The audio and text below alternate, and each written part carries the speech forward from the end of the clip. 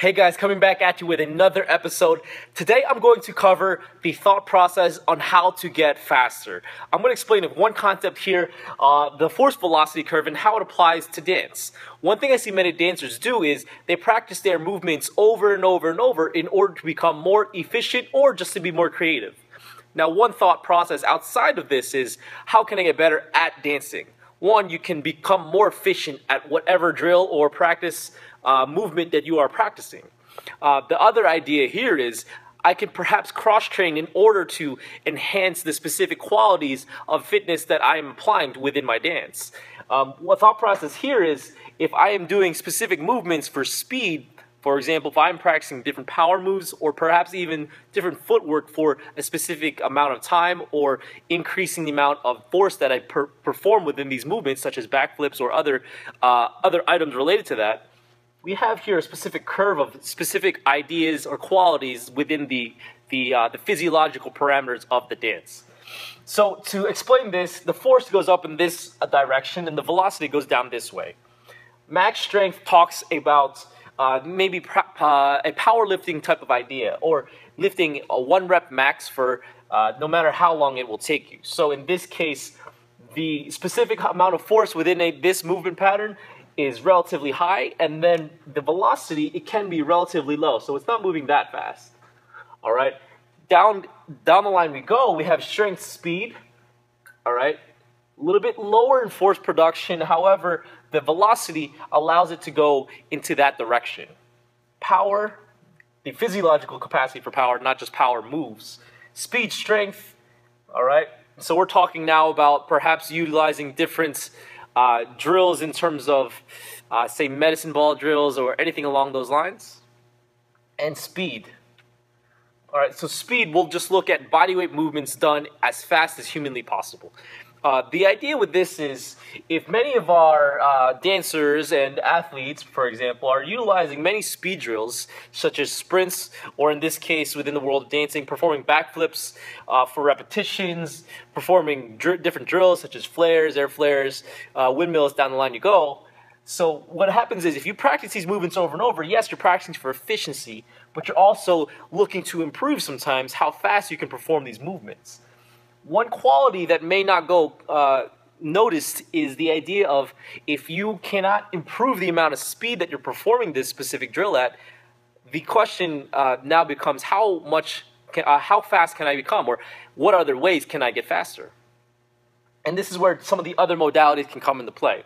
Max strength will refer to some of the big lifts that many of us are now familiar with, such as squats, bench pressing, deadlifting, for example. And strength speed, we can look towards various drills such as kettlebell swings or other items along those lines, such as cleans. So I'm just going to write here Olympic lifts. Power, we can look towards other exercises. And speed strength, we can get a little bit more specific to the actual drill itself. Within the aspect of speed, we can look towards how to improve the amount of friction that we encounter on if we're performing ground-based power moves, or increasing the stability for our specific hands as we perform more air-based power moves. So with this, we want to look towards stability when we are performing such high velocity, yet singular or one plane of contact as we put one hand or one foot on the ground. With this, because if we obviously don't, then we happen to slip. So we want to make sure we keep all these items in mind. If we have 2 legs down on a swipe, for example, if we have 1 leg down, perhaps we can go faster, or there will be more force absorption qualities that are necessary for this specific movement. So minutia aside, the big question remains, how do I get faster? All right.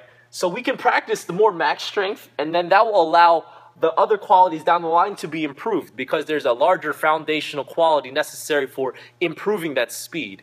One cannot always look for improving the amount of force that you put into the ground just by practicing more and more. Perhaps if we go to the gym and we perform hypertrophy-based movements, we'll be able to increase the amount of strength that is within a muscle group, and then that specific muscle group will be able to produce and absorb more force throughout our dance. So that is one way that we can do it.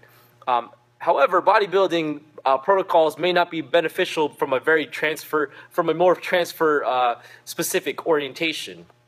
So I'm going to go to the right here, and I have here a little bit of a numbered list how to get faster.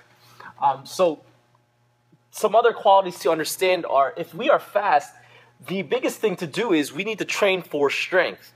What happens is when you train for strength, a few things occur. You can either improve local hypertrophy, so you gain more muscle fibers, so your body will be able to produce and absorb more force, along with increasing cross-sectional area. So if you have more cross-sectional area, CSA, you'll be able to have a relatively small muscle group, but you'll be more dense and you'll just be more compact.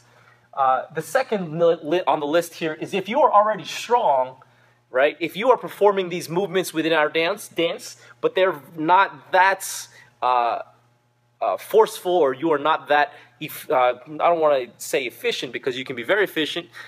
If you just don't have the oomph behind your specific movements, we need to train speed. So perhaps we need to do different movements to enhance the quality of the nervous system.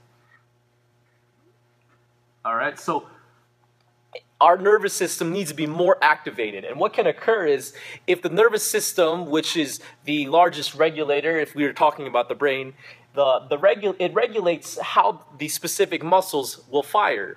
What occurs is, if I have a muscle here, such as my bicep, there's this thing called a motor unit that will tap into the specific muscle fiber. The motor unit is actually going straight through my spinal cord up to my brain. So if I can enhance that ability for the motor unit to have more signals, I'll be able to increase the amount of speed that I can produce, is essentially what it comes down to. And lastly here, I want to look at how can I take off the e-brakes. I utilize this analogy when I explain these things to our athletes, is when I am looking to improve the amount of speed, we have to think, not only is there a necessity to push the pedal to the metal, we need to increase the intensity with which that we can look at 1 and 2, looking at both strength and speed, but we also need to see what are the specific things that are limiting us, and then we can start to make another list.